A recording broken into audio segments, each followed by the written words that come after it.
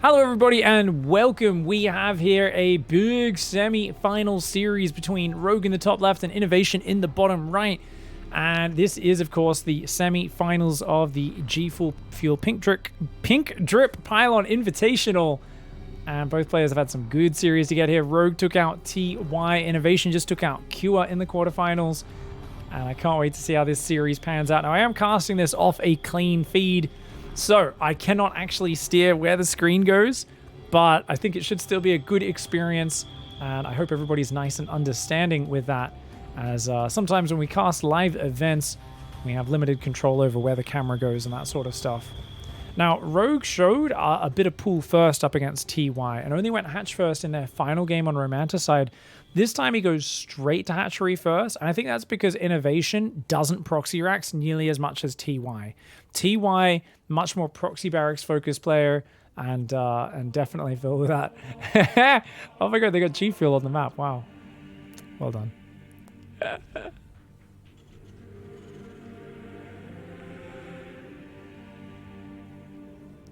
So we've got the Reaper first opening, gonna drop that second depot.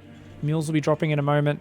I expect Inno to just open up, honestly, with a 3cc build. I guess I'm a little curious to if Innovation is going to try and do maybe like a double factory build. But I feel like Death Aura, honestly, it's just going to be straight bio. Like, I don't expect anything super untoward, maybe even straight Viking. Rogue has been mixing in some Ravager-Ling attacks, so he might go for the safety Banshee. We'll have to see. Third base does drop down there nice and quick for Rogue. Of course, delaying his Zergling speed with this opening. Reaper's going to come in and have a little bit of a party. Nice grenade there. Does bounce one of the Zerglings. Already getting quite a bit of damage stacked up on them. But the Queen pops out right on time. And that is the power of the 16 hatch. Gets that Queen out a few seconds earlier. Means those Zerglings get to survive rather than all getting picked off. Third command center goes down behind this for Innovation. His Reaper rotates up into the main base. So yeah, it looks like Starport and Tech Lab on the way. Hellions as well. Reaper that on the left side. He's looking pretty chill. Roach Warren starts up for Rogue. It's a pretty quick one as well as a second cast. So Rogue might look for that aggressive timing. I gotta say, if you're an Inno fan, oh, you really don't want to see that Viking start up. If you're an Inno fan, you want to see a Banshee in that production tab. You want to see him swapping the Tech Lab over, but he's not. He's just sitting at there building a Viking. And often that's followed up by a Hellion, for a Hellion drop, in fact, as well. So either way, usually that means no Banshee. I mean, you're not going to have any real tank capability early on either. So he needs to spot these roaches coming early because Rogue is saving up a lot of money, a lot of supply right now. 8 roaches powering out all at once. And he's going to be flooding across this map. Now, actually, Inno's building Marauders and Hellions. Okay, so it's going to be the Marauder Hellion attack from Inno, but off 3cc. Really cool build order. Obviously, it's a classic build order, right? But one of the things, as I spit all over my microphone like an animal, is that this gives you a couple Marauders. It means the Hellion production is going to be non-stop. He's got an armory. Hellbats plus Marauders can defend Ravager-Ling pretty well, but he's got to realize what he's up against. And doing this off the third command center, no Banshees, no tanks, none of those units that completely shut this stuff down. If the Biles land, if the Ravagers can kite down the Hellions, and then the Lings can engage on the Marauders, he will get overwhelmed, and he's pushing across. He has no idea. Just doesn't realize what's happening right now. Rogue has completely sold him a story of a standard game, and they're both going to go into each other's bases at the same time, and Rogue simply should win this scenario because he is massing Lings at home. Will they deal with Hellbats on their own? No, but he is going to annihilate Inno faster than Inno can annihilate him, and Inno realizing that this shit is about to hit the fan, and it's about to flick all over everybody. I mean, Marauders do come on in there, tagging those Queens, but they're quick to evacuate. A nice pullback by Rogue, who is rushing in the front while trying to get a defense together at home. And the Zerglings surround the Hellions up in the main. Hellbats do engage here on the front, getting some good angles, some good surrounds, but the Lings in the main are killing every single SCV. If Inno got those 2 Hellbats transformed in his main before the Lings got in, he might have roasted all those Zerglings, and then, then it's just Roaches, which are just as slow as the Hellbats and Marauders. It's where you could run your workers away, kind of like what Rogue's doing right here. But, oh, Bernie Burn! Bernie Burn! Oh, Jesus, Shitsville! Oh my God, the burning fields of drones. And you know what? I mean, he's killed almost every drone. There's one drone left. I think Rogue still has the better army in a head-to-head, but you got to remember, there's floating command centers for Terran. Terran has 3 command centers, so he's not supply blocked. If he gets any of his production facilities landed, he could start building things like a Banshee. I don't know if his starport got out, but if he gets his starport out, lift the starport! No, it's the most important structure! Oh no, he's not doing it, but he's actually catching some Ravagers, which is kind of good. Oh, they're trying to kite. Rogue trying to micro his little heart out right now. The Marauders, of course, more than a match for those if they can get on top and tag them. The Hellbat's going to start closing in. One of those Hellbats very close. Oh, Rogue with some great micro, but as he gets tagged, he can't keep kiting so much. Oh, the Roaches and the Hellbats trying to take this down. I think Rogue just has too much army supply, though. More Roaches and Ravagers coming in, and just such great usage of the range of the maneuverability on those Ravagers. Innovation not going to be able to do it here. I do think Inno could have dragged this out, because there was only one drone, right? If he, like, ran the Hellions away in Hellion form, picked up the Marauders, he could have floated orbitals to different areas to try to drop mills, floated his starport off, tried to get a tech lab down. He's got money, and Rogue doesn't, so there was actually a chance here. There was actually a chance here, I think, for him to do it, but rebuilding from scratch, like, what's he building? Marines? He's trying to build, he built tech labs, he's going to build 2 Marauders? Oh my god, he's going to build like 3 or 4 Marauders and try to win with that. He's still got a medevac. So he's going to have a medevac, 4 Marauders, a Hellbat, and a Mine up against 3 Roaches, 3 Ravagers. Rogue spending all of his money on droning right now. His Zerglings are out there trying to block these command centers, but Inno is going to drop mills on that left side. And that means he's going to be able to build Marines to reinforce. Oh, he might still be able to do this. Drops on the rich base. Drops 4 mules there. I mean, even a Zergling finding that isn't going to be able to shut it down. Oh my god, I think Inno might be able to do this, guys! He's got like 3 Marauders and a Hellbat. Make that 4 Marauders and a Hellbat. He's got a medevac. I mean, that Ling's going to get rid of this, but this is actually insane. Oh, okay, so like, yeah, the Ling's going to stop these before they get too much. The other ones on the left are already mining. He's got another orbital in the top right that's going to land as well. Dude, Inno is winning this game. 3 orbitals is way better than just 3 workers right now. He just lost 4 drones. I don't know what he lost the 4 drones to, but he lost them. Marines are killing Overlords. Okay, that doesn't really matter. But still, oh my god! And he's just got too many Marauders, right? 3 Roaches, 3 Ravagers can't beat that. No way. Unless he lands Biles, which he does not. And Rogue has to tap! Wow, okay. Well, that's the last thing I was expecting. I was not expecting that at all. That's sick. Oh my god, I can't believe that. So cool. Alright, going into game 2, we've got Innovation in the top right of Oxide. His opponent in the bottom left. Nice and oversaturated. It is Rogue. Got the contrast up quite a bit, don't they? Very bright. Very bright. I used to play with it very bright. I used to play with the contrast always up. Felt like it made things very easy to see. But I'm used to the screen being a little bit darker these days. And it's going to be pull first. Okay, worried about going out 0-2 to the proxy barracks. Rogue been doing a lot of pull first, but if he doesn't see any barracks with his overlords, he might build no Zerglings. Keep that in mind. There is a very real chance of that, especially on this map. I think Lightshade is the map where him, Raynor, a lot of the Zergs have been more willing to do 6 Zerglings. But for whatever reason, I just don't feel it on Oxide. I don't even know if there's actually a good reason why I'm saying he wouldn't do it on Oxide. But I just feel like this would be one where he's like, okay, I don't see a barracks, I don't see SCVs coming in. Just build drones. And I mean, obviously, see the hatchery is down. If he builds another drone right now, then we know that's for sure. He's saving lava. So it looks like he wants to build 6 Lings. There's no gas down yet. So he's going to do the 6 Zergling pressure. I was wrong.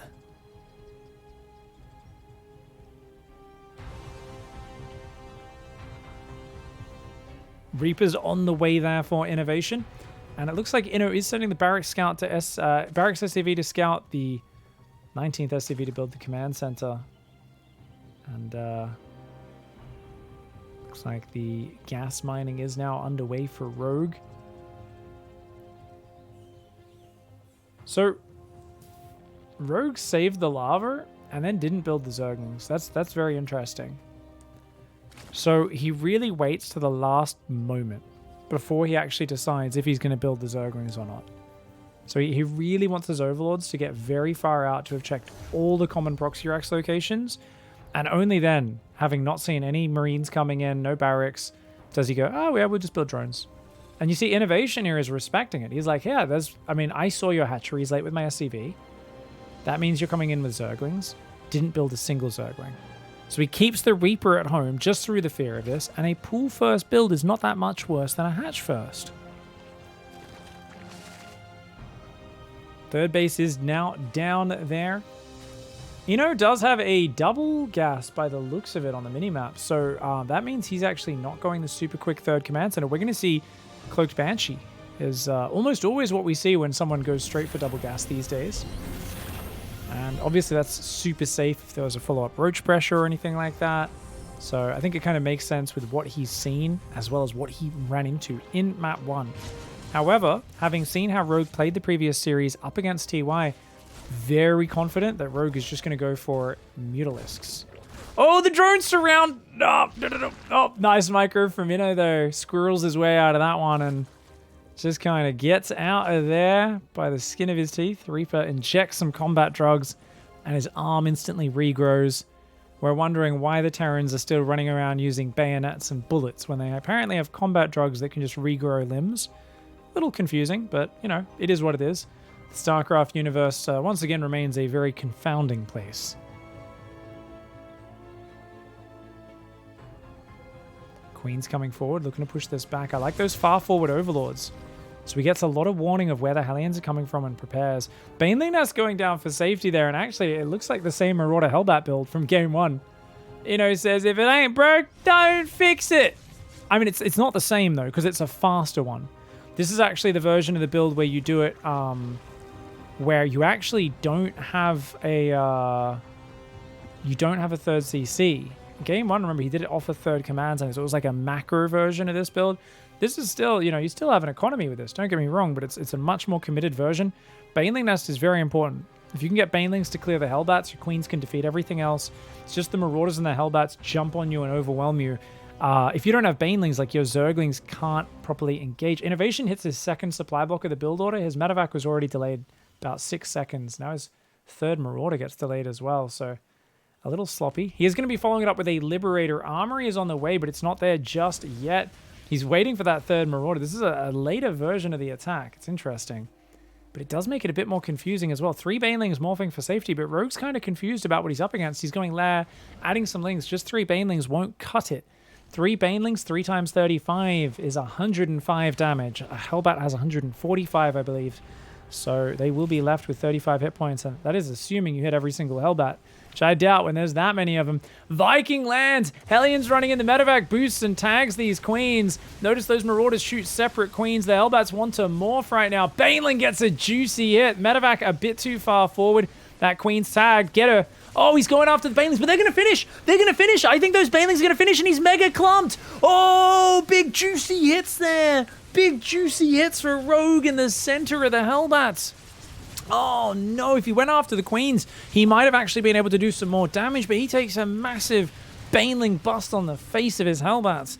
And damn, Rogue back in this series in a big way. Takes a great trade there, shuts that down. And yeah, that's really awkward now in the follow-up for Innovation. He's going to try and use a Liberator and a bit of light Hellion pressure to get him back in it.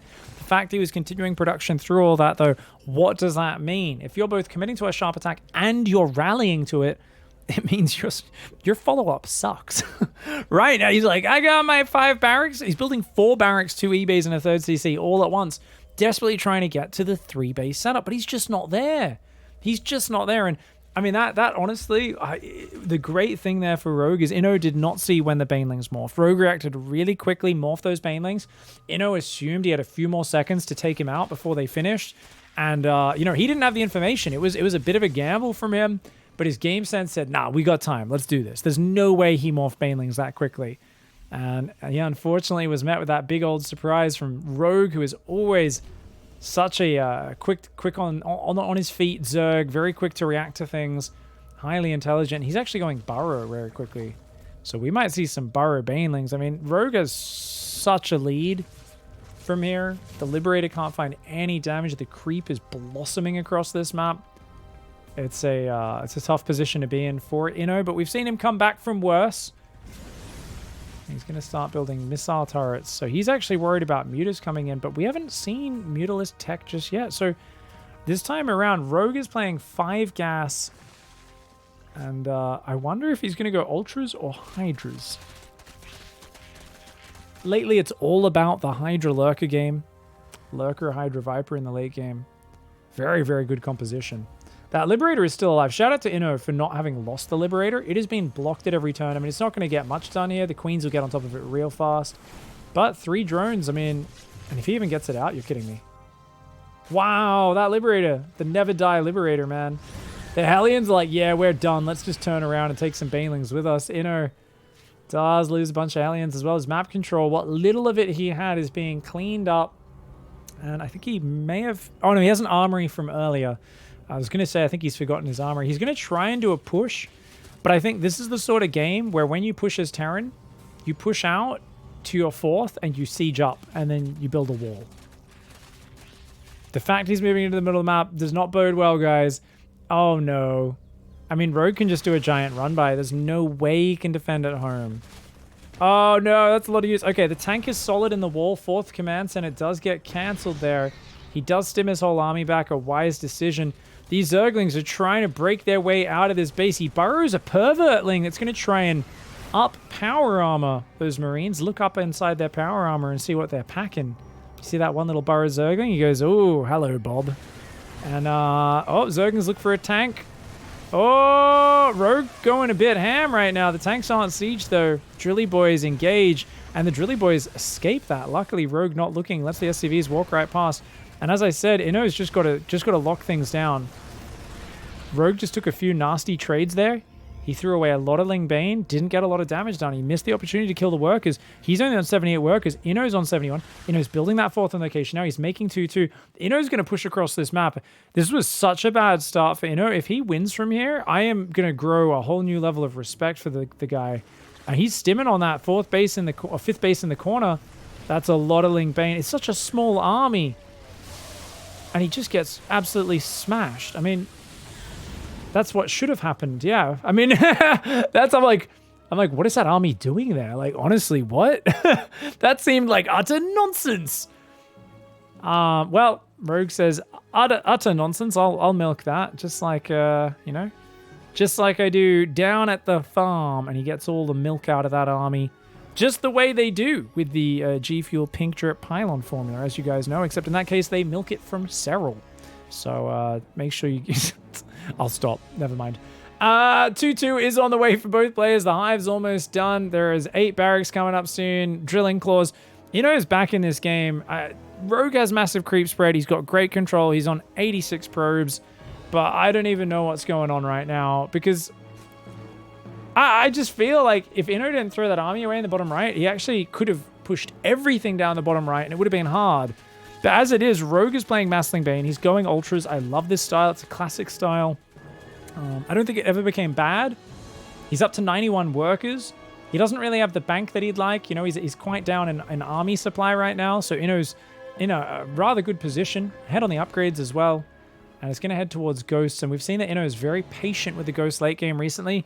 He hasn't been mass nuking, but he's doing a few nukes. And he's been really happy to just have lots of Ghosts sitting back behind the kind of wall-offs behind the planetaries and try to snipe things down.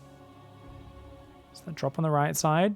He's trying to branch around, see if he can open up something. This creep on the doorstep is one of the most frustrating things as a Terran. It's Rogue gets warning of him stepping anywhere on the map at all.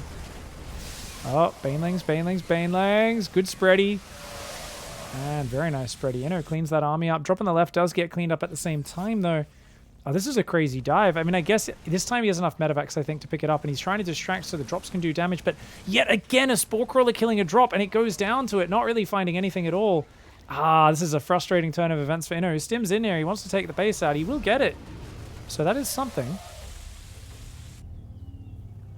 Yeah, so Inno, once he gets to this Ghost Mass Command Center stage, he's very good at threatening with an army, dropping elsewhere. Threatening with an army, dropping elsewhere. And he likes to run forward and snipe units when they're not looking with Ghosts. But because this is such a mobile army, at any moment, if he's caught with his pants and if he doesn't have a few libs or tanks on every base, like those Ultraling Bane will just roll in and kill him. Rogue's a super decisive player.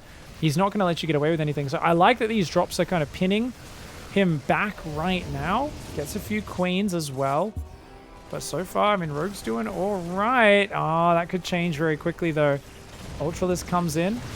And Widowmines do go down to Mr. Ultralisk. The ghost count growing. I'd like to see a few defensive planetaries. Against this style from Rogue and on this map, Terran is very favored in the late game because if you slow things down, notice how Rogue realizes how bad late game is for Zerg. He's like, if I can sneak this base up in the top left and mine some of that, that'll help me. Because in the late game, it's really easy for Terran to secure their half of the map. Very hard for Zerg to ever take one of the Terran bases off them. But here come the Ultras, and this is what I'm talking about. Where's the libs? Where's the tanks? There's a few ghosts. They're not going to get many snipes off. Yeah, this is going to get wiped. This base has got to lift off, I think. But I think he might have more units to the top left. That's probably the more important part of the fight is what's happening on the fourth base.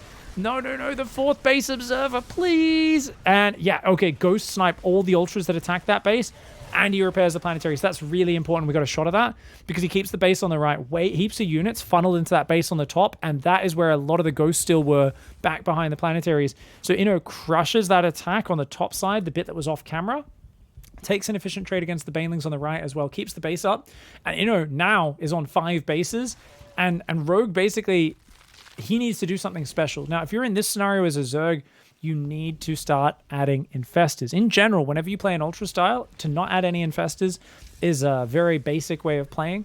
I've been shouting at all the top Zergs for the last year, saying, if you're going to play this style, at some point, skip 10 Banelings, make 2 infestors. It's like, it will change the entire way the game plays for you.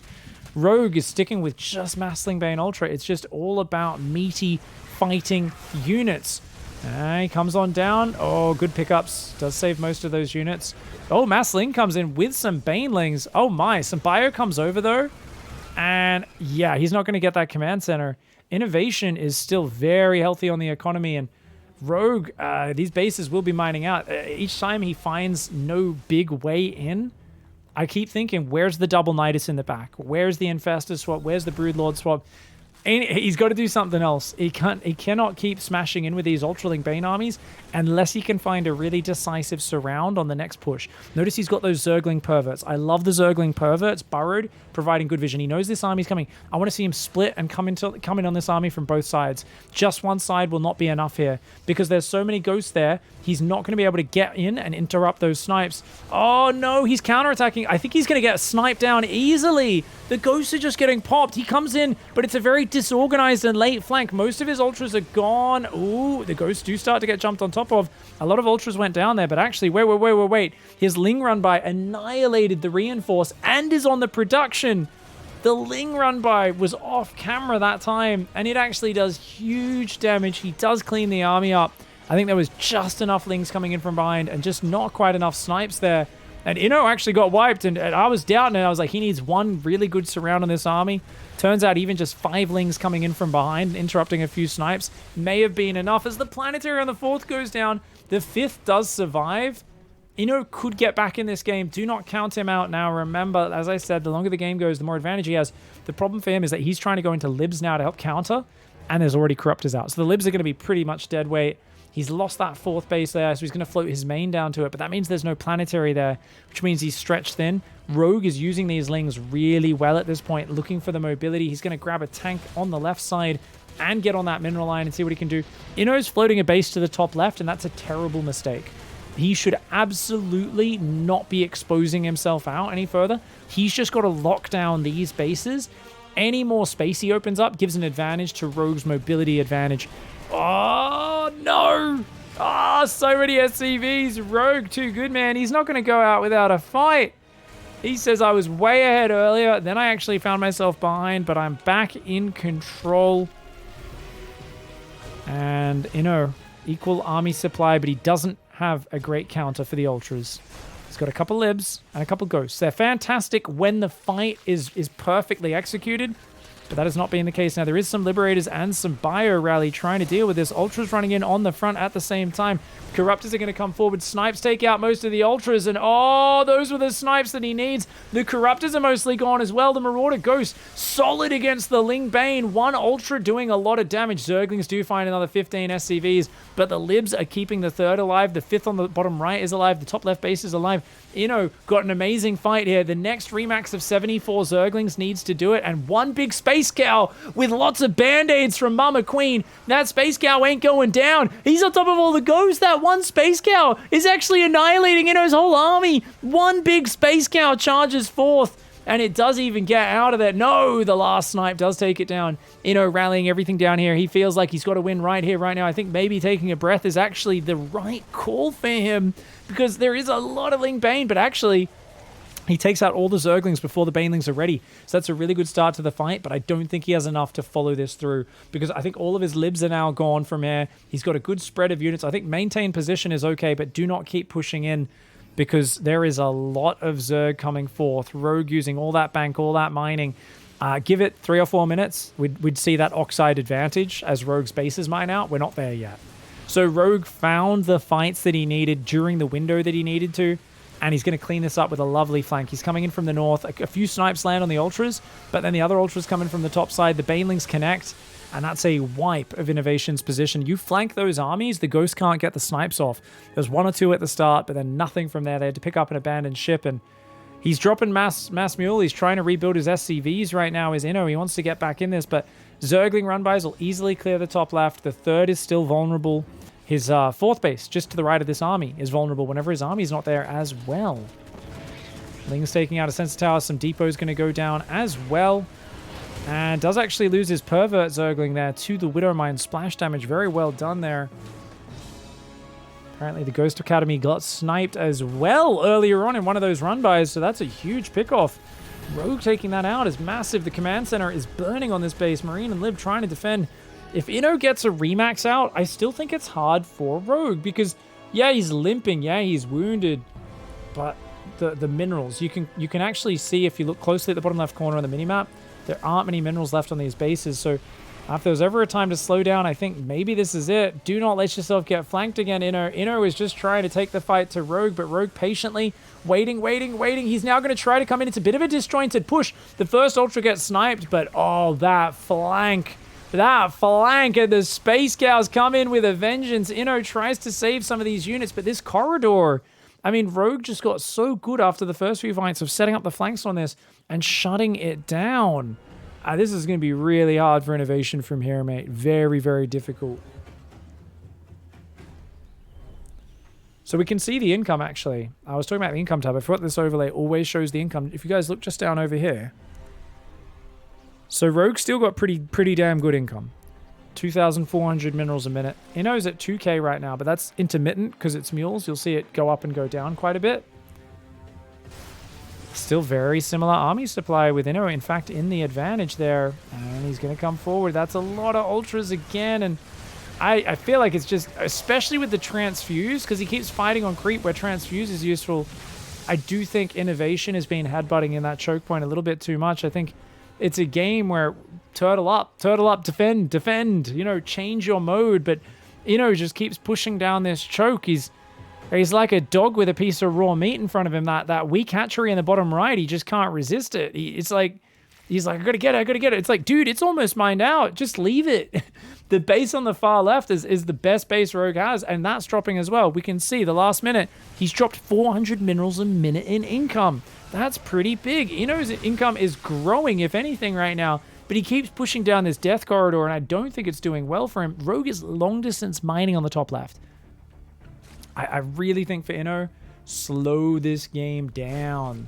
Slow it down. Let those ghosts be that renewable resource. He's looking for more snipes. He gets a few, but the queens are there with the transfuses. So dumping his energy like that, where it can easily be just countered by the queen's energy, what he's doing is he's throwing away his one Ultralisk tool into the Zerg defenses. He's going to run forward. It's a lot of bio.